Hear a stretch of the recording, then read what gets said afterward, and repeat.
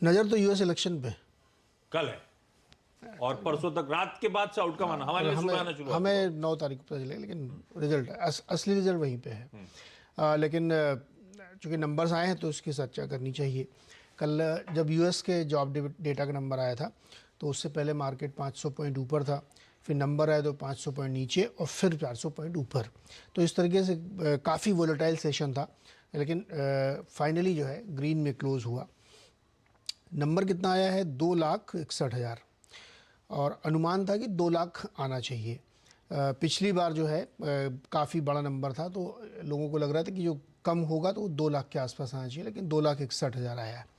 तो इसको इकोनॉमिस्ट अपनी भाषा में कह रहे हैं कि बहुत स्ट्रॉन्ग जॉब नंबर है अभी भी, और वो कम नहीं हो रहे हैं। जो अनएम्प्लॉयमेंट रेट है वो 3.7% है, जो 3.5 से बढ़ के आया है, लेकिन अभी भी ये उतना कमज़ोर नहीं हुआ है जिससे कि फेड कंफर्ट जोन में आए।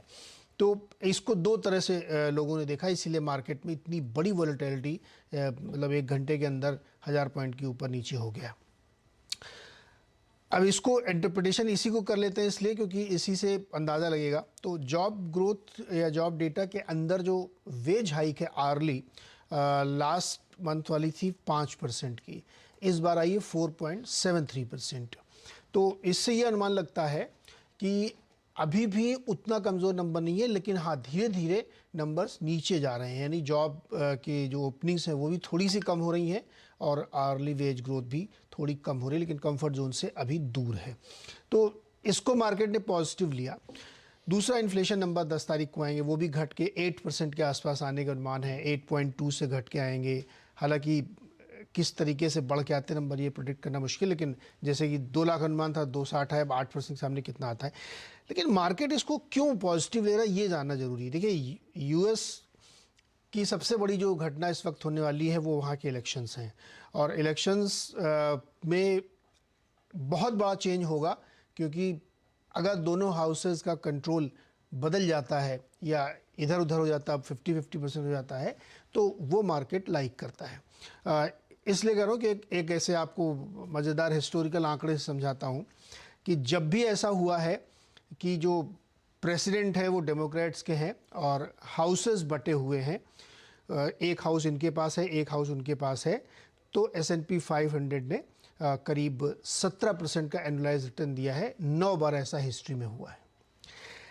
अगर एक ही पार्टी के प्रेसिडेंट और दोनों हाउस होते हैं तो रिटर्न 15% होता है। तो इससे ये पता लगता है कि डिवाइडेड हाउस को मार्केट पसंद करता है। अभी इस आज के संदर्भ में मार्केट क्यों इसको लाइक करेगा?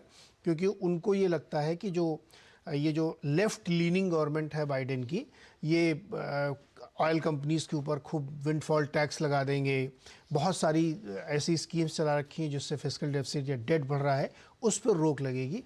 क्योंकि जो जीओपी है वो थोड़ा सा मानी जाती है कि कैपिटलिस्ट है और या मार्केट ओरिएंटेड उनकी पॉलिसीज़ ज़्यादा हैं, तो इसलिए मार्केट के लिए फेवर में जाएगा। और इसको बहुत बेट इसलिए कर रहे हैं क्योंकि इस बार बाइडेन साहब की हालत पतली है, सीनेट उनके हाथ से शायद पूरी तरीके से निकल जाएगा तो उनका पक्ष हो जाएगा, और हाउस में चूंकि पूरे बदल के नए आते हैं तो वहाँ किसका कंट्रोल होगा पता नहीं, लेकिन जिसका भी कंट्रोल अगर सीनेट निकल गया तो फिर आप बिल को आसानी से पास नहीं करा पाएंगे। तो मार्केट इस होप पे चल रहा है, और ये सबसे बड़ी खबर है इस हफ्ते की। अब देखते हैं 9 तारीख को क्या निकल के आता है, उसके बाद होगा। लेकिन end of the day, end of the month market को कंफर्ट चाहिए, इन्फ्लेशन का कंफर्ट चाहिए, जॉब मार्केट का। तो फिलहाल इस हफ्ते के लिए सबसे बड़ी खबर है वो। बड़े important events lined up, mood sentiment को ड्राइव